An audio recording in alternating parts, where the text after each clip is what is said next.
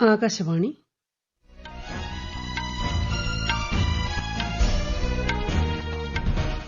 നമസ്കാരം. വാർത്തകൾ വായിക്കുന്നത് ലിൻസ സിറാജ്.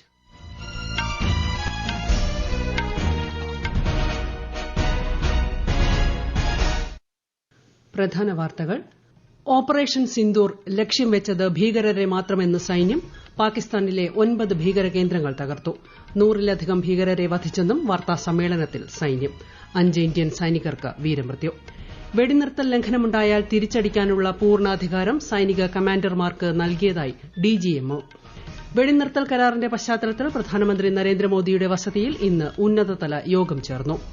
രാജ്യരക്ഷാമന്ത്രി രാജ്നാഥ് സിംഗ് ഉത്തർപ്രദേശിൽ ബ്രഹ്മോസ് എയ്റോസ്പേസ് പരീക്ഷണ കേന്ദ്രം ഉദ്ഘാടനം ചെയ്തു.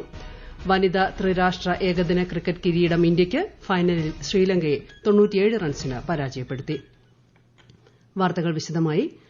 ഓപ്പറേഷൻ സിന്ദൂർ ലക്ഷ്യം വെച്ചത് ഭീകരരെ മാത്രമെന്ന് സൈന്യം. പാകിസ്ഥാനിലെയും പാക് അധീന കശ്മീരിലെയും 9 ഭീകര കേന്ദ്രങ്ങൾ തകർത്തതായും ഇന്ത്യയുടെ 5 സൈനികർ വീരമൃത്യു വരിച്ചതായും സൈനിക ഓപ്പറേഷൻ ഡയറക്ടർ ജനറൽമാർ സംയുക്ത വാർത്താസമ്മേളനത്തിൽ വിശദീകരിച്ചു. ഇന്ത്യയിൽ ആക്രമണം നടത്തിയവരുൾപ്പെടെ 100-ലധികം ഭീകരരെ വധിച്ചു. ഇന്ത്യ നടത്തിയ മിസൈൽ ആക്രമണങ്ങളുടെ തെളിവുകളും വാർത്താസമ്മേളനത്തിൽ പുറത്തുവിട്ടു. ഭീകരരുടെ പ്രധാന പരിശീലന കേന്ദ്രങ്ങളായ മുരുദ്കയും ബഹാവൽപൂരും തകർത്തു. 3 സേനകളും സംയുക്തമായാണ് പ്രവർത്തനങ്ങൾ നടത്തിയത്. പാകിസ്ഥാന്റെ 40ഓളം സൈനികർ കൊല്ലപ്പെട്ടെന്ന് അവർ സ്ഥിരീകരിച്ചതായും ഡിജിഎംഒ പറഞ്ഞു. പാകിസ്ഥാന്റെ നീക്കം നിരീക്ഷിക്കുകയാണ്. വെടിനിർത്തൽ ലംഘനമുണ്ടായാൽ തിരിച്ചടിക്കാനുള്ള പൂർണ്ണാധികാരം സൈനിക കമാൻഡർമാർക്ക് നൽകിയിട്ടുണ്ട്.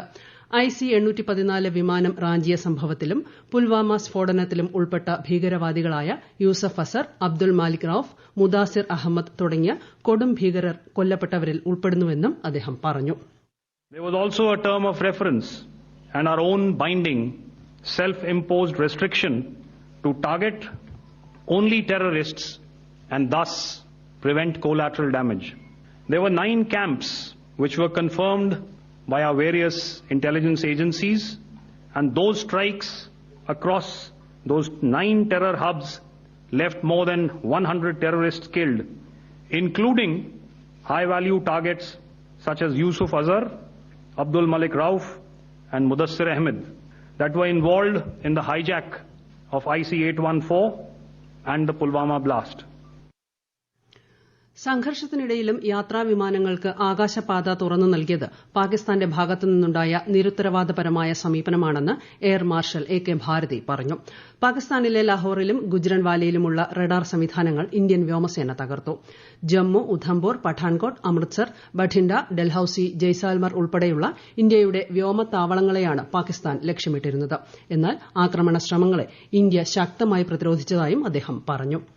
Our air defense preparedness ensured that there was no damage on the ground either to the military installations or to the civilians. However, the enemy had yet again shown that he wanted a fight, and we were up to the task.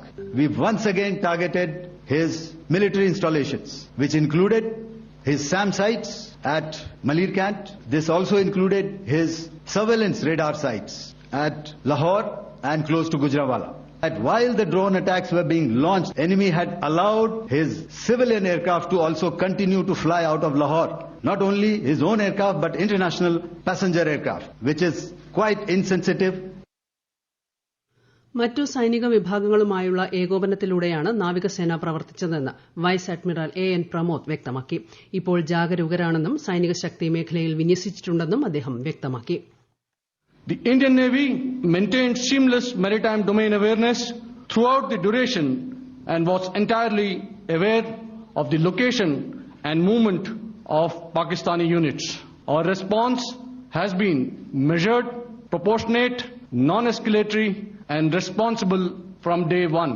Along with the kinetic actions by the Indian Army and Indian Air Force, the overwhelming operational edge of Indian Navy at sea contributed towards Pakistan's urgent request for a ceasefire yesterday. Indian Navy remains deployed at sea to respond decisively to any inimical action by Pakistan. പാകിസ്ഥാനുമായുള്ള വെടിനിർത്തൽ കരാറിന്റെ പശ്ചാത്തലത്തിൽ പ്രധാനമന്ത്രി നരേന്ദ്രമോദിയുടെ വസതിയിൽ ഇന്ന് ഉന്നതതല യോഗം ചേർന്നു. രാജ്യരക്ഷാമന്ത്രി രാജ്നാഥ് സിംഗ്, ദേശീയ സുരക്ഷാ ഉപദേഷ്ടാവ് അജിത് ഡോവൽ, സൈനിക മേധാവികൾ തുടങ്ങിയവർ യോഗത്തിൽ പങ്കെടുത്തു. ഇന്ത്യ പാകിസ്ഥാൻ ഡിജിഎംഒമാർ നാളെ വീണ്ടും ചർച്ച നടത്തും. ഇന്ത്യ പാകിസ്ഥാൻ വെടിനിർത്തലിനെ സ്വാഗതം ചെയ്ത ലോക നേതാക്കൾ യൂറോപ്യൻ യൂണിയനും ബ്രിട്ടൻ, സൌദി അറേബ്യ തുടങ്ങിയ രാജ്യങ്ങളും തീരുമാനത്തെ അഭിനന്ദിച്ചു. വെടിനിർത്തൽ ധാരണ തുടരണമെന്ന് ഐക്യരാഷ്ട്രസഭാ സെക്രട്ടറി ജനറൽ അന്റോണിയോ ഗുട്ടറസ് അഭിപ്രായപ്പെട്ടു. ലോകമെങ്ങുമുള്ള സംഘർഷ മേഖലകളിൽ സമാധാനം പുലരട്ടെയെന്ന് ലിയോ 14 മാർപ്പാപ്പ. യുക്രൈൻ ജനതയുടെ കഷ്ടപ്പാടിലും ഗാസ മുനമ്പിലെ സംഘർഷങ്ങളിലും ദുഃഖിതനാണെന്ന് വത്തിക്കാനിൽ കുർബാനയ്ക്ക് ശേഷം ഇന്ന് നടന്ന ആദ്യ അഭിസംബോധനയിൽ മാർപ്പാപ്പ വ്യക്തമാക്കി.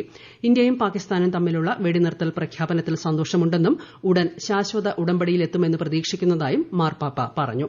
ഈ വാർത്തകൾ ആകാശവാണിയിൽ നിന്ന്.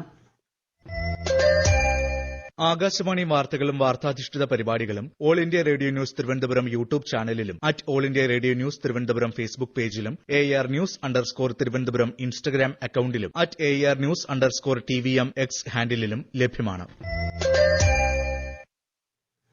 ബുദ്ധപൂർണിമ ദിനത്തോടനുബന്ധിച്ച് രാഷ്ട്രപതി ദ്രൌപദി മുർമു പൌരന്മാർക്ക് ആശംസകൾ നേർന്നു. അഹിംസ, സ്നേഹം, ദയ എന്നിവയിൽ അധിഷ്ഠിതമായ ബുദ്ധ സന്ദേശങ്ങൾ മനുഷ്യരാശിയുടെ ക്ഷേമത്തിനായുള്ള അടിസ്ഥാന തത്വങ്ങളാണെന്ന് രാഷ്ട്രപതി സന്ദേശത്തിൽ കുറിച്ചു. ആഗോള സാങ്കേതിക വിദ്യാ മേഖലയിലെ മുൻനിര രാഷ്ട്രമായി ഇന്ത്യ ഉയർന്നുവരികയാണെന്ന് പ്രധാനമന്ത്രി നരേന്ദ്രമോദി. ദേശീയ സാങ്കേതിക വിദ്യാ ദിനമായ ഇന്ന് ഏവർക്കും ആശംസകൾ നേരുകയായിരുന്നു അദ്ദേഹം. ഭീകരവാദത്തിനെതിരായ രാജ്യത്തിന്റെ ഇച്ഛാശക്തിയുടെയും സൈനിക ശക്തിയുടെയും പ്രതീകമാണ് ഓപ്പറേഷൻ സിന്ദൂർ എന്ന് രാജ്യരക്ഷാമന്ത്രി രാജ്നാഥ് സിംഗ്. ലക്നൌവിൽ ബ്രഹ്മോസ് എയ്റോസ്പേസ് സംയോജിത പരിശോധനാ കേന്ദ്രം ഉദ്ഘാടനം ചെയ്യുകയായിരുന്നു അദ്ദേഹം. ഭീകരവാദത്തിനെതിരെ രാജ്യം സ്വീകരിക്കുന്ന നിലപാടുകൾ എല്ലാ കാലത്തും ലോകത്തിന് മനസ്സിലായിട്ടുണ്ട്. പാകിസ്ഥാനിലെ ഭീകരവാദ കേന്ദ്രങ്ങൾ മാത്രമാണ് ഓപ്പറേഷൻ സിന്ദൂറിലൂടെ ലക്ഷ്യമിട്ടത്. സാധാരണ ജനങ്ങളെ ഒരിക്കലും ലക്ഷ്യം വെച്ചിട്ടില്ലെന്നും കേന്ദ്രമന്ത്രി വ്യക്തമാക്കി. ऑपरेशन सिंदूर सिर्फ एक सैन्य कार्रवाई भर नहीं है, बल्कि भारत की राजनैतिक, सामाजिक और सामरिक इच्छा शक्ति का प्रतीक है.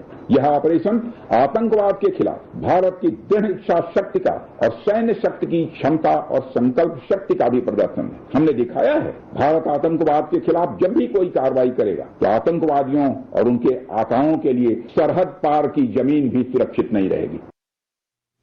വനിതാ ത്രിരാഷ്ട്ര ഏകദിന ക്രിക്കറ്റ് കിരീടം ഇന്ത്യയ്ക്ക്. ഫൈനലിൽ ശ്രീലങ്കയെ 97 റൺസിന് പരാജയപ്പെടുത്തി. കൊളംബോയിൽ നടന്ന മത്സരത്തിൽ ആദ്യം ബാറ്റ് ചെയ്ത ഇന്ത്യ സ്മൃതി മന്ധാനയുടെ സെഞ്ചുറി കരുത്തിൽ നിശ്ചിത 50 ഓവറിൽ 7 വിക്കറ്റിന് 342 റൺസ് നേടി. ശ്രീലങ്ക 49ാം ഓവറിൽ 245 റൺസിന് എല്ലാവരും പുറത്തായി. ദക്ഷിണാഫ്രിക്കയായിരുന്നു ടൂർണമെന്റിലെ 3ാം ടീം. ചൈനയിലെ ഷാങ്ഹായിൽ നടന്ന അമ്പെയ്ത്ത് ലോകകപ്പ് സ്റ്റേജ് 2-ൽ ഇന്ത്യയ്ക്ക് 7 മെഡലുകൾ. ഇന്ന് നടന്ന അവസാന മത്സരത്തിൽ ദീപിക കുമാരിയും പാർത്ഥ് സാലുംഖെയും വെങ്കല മെഡലുകൾ നേടി. 2 സ്വർണവും 1 വെള്ളിയും 4 വെങ്കലവുമായാണ് ഇന്ത്യ ലോകകപ്പ് പര്യടനം അവസാനിപ്പിച്ചത്. ഖേലോ ഇന്ത്യ യൂത്ത് ഗെയിംസിൽ 27 സ്വർണവും 22 വെള്ളിയും ഉൾപ്പെടെ 74 മെഡലുകളുമായി മഹാരാഷ്ട്ര പോയിന്റ് പട്ടികയിൽ 1ാം സ്ഥാനത്ത് തുടരുന്നു. 14 സ്വർണവും 19 വെള്ളിയും ഉൾപ്പെടെ 39 മെഡലുകളുമായി കർണാടക 2ാമതും 23 മെഡലുകളുമായി രാജസ്ഥാൻ 3ാം സ്ഥാനത്തും തുടരുന്നു. കാലാവസ്ഥ സംബന്ധിച്ച പ്രവർത്തനങ്ങൾ നിരീക്ഷിക്കുന്നതിനുള്ള നാസ ISRO റഡാർ ഉപഗ്രഹങ്ങൾ അടുത്ത മാസം വിക്ഷേപിക്കുമെന്ന് ISRO chairman doctor V Narayanan. Imphal കേന്ദ്ര കാർഷിക സർവകലാശാലയുടെ ബിരുദദാന ചടങ്ങിലായിരുന്നു അദ്ദേഹത്തിന്റെ പരാമർശം. ഉപഗ്രഹത്തിൽ നിന്ന് ലഭിക്കുന്ന വിവരങ്ങൾ G20 രാജ്യങ്ങളുമായി പങ്കുവയ്ക്കുമെന്ന് അദ്ദേഹം വ്യക്തമാക്കി. സംസ്ഥാന നഴ്സസ് ദിനാഘോഷം നാളെ വൈകിട്ട് 4-ന് തിരുവനന്തപുരത്ത് മന്ത്രി വീണ ജോർജ് ഉദ്ഘാടനം ചെയ്യും. ഫ്ലോറൻസ് നൈറ്റിംഗേലിന്റെ ജന്മദിനമായ മെയ് 12 അന്താരാഷ്ട്ര നഴ്സസ് ദിനമായി ആചരിക്കുന്നത്. കേരളത്തിൽ ഇത്തവണ തെക്ക് പടിഞ്ഞാറൻ കാലവർഷം നേരത്തെ എത്തുമെന്ന് കേന്ദ്ര കാലാവസ്ഥാ വകുപ്പ്. പ്രതീക്ഷിച്ചതിനും 5 ദിവസം മുൻപ് ഈ മാസം 27-ന് മൺസൂൺ തീരം തൊടുമെന്നാണ് സൂചന. ന്യൂഡൽഹിയിലെ പാകിസ്ഥാൻ ഹൈക്കമ്മീഷനിലെ ഉദ്യോഗസ്ഥനുമായി ബന്ധമുണ്ടെന്ന് ആരോപിക്കപ്പെടുന്ന ചാരശൃംഖലയെ തകർത്ത് പഞ്ചാബ് പോലീസ്. ഇന്ത്യൻ സൈന്യത്തിന്റെ നീക്കങ്ങൾ ഉൾപ്പെടെ തന്ത്രപ്രധാന വിവരങ്ങൾ പാകിസ്ഥാന് നൽകിയ 2 പേരെ പോലീസ് അറസ്റ്റ് ചെയ്തു. രഹസ്യ വിവരങ്ങൾ ചോർത്തി നൽകിയതിന് പ്രതികൾ ഓൺലൈൻ വഴി പണം കൈപ്പറ്റിയതായി തെളിവ് ലഭിച്ചെന്ന് പഞ്ചാബ് പോലീസ് മേധാവി ഗൌരവ് യാദവ് അറിയിച്ചു. ഡൽഹി വിമാനത്താവളത്തിൽ ഇന്ന് 97 വിമാനങ്ങൾ റദ്ദാക്കി. വിമാനങ്ങളുടെ പുതുക്കിയ വിവരങ്ങൾക്കും ബദൽ യാത്രാ ക്രമീകരണങ്ങൾക്കുമായി യാത്രക്കാർ അതത് വിമാന കമ്പനികളുമായി ബന്ധപ്പെടാൻ നിർദ്ദേശിച്ചിട്ടുണ്ട്. പ്രധാന വാർത്തകൾ വീണ്ടും. ഓപ്പറേഷൻ സിന്ദൂർ ലക്ഷ്യം വെച്ചത് ഭീകരരെ മാത്രമെന്ന് സൈന്യം. പാകിസ്ഥാനിലെ 9 ഭീകര കേന്ദ്രങ്ങൾ തകർത്തു. 100-ലധികം ഭീകരരെ വധിച്ചെന്നും വാർത്താ സമ്മേളനത്തിൽ സൈന്യം. 5 ഇന്ത്യൻ സൈനികർക്ക് വീരമൃത്യു. വെടിനിർത്തൽ ലംഘനമുണ്ടായാൽ തിരിച്ചടിക്കാനുള്ള പൂർണ്ണാധികാരം സൈനിക കമാൻഡർമാർക്ക് നൽകിയതായി DGMO. പാകിസ്ഥാനുമായുള്ള വെടിനിർത്തൽ കരാറിന്റെ പശ്ചാത്തലത്തിൽ പ്രധാനമന്ത്രി നരേന്ദ്രമോദിയുടെ വസതിയിൽ ഇന്ന് ഉന്നതതല യോഗം ചേർന്നു.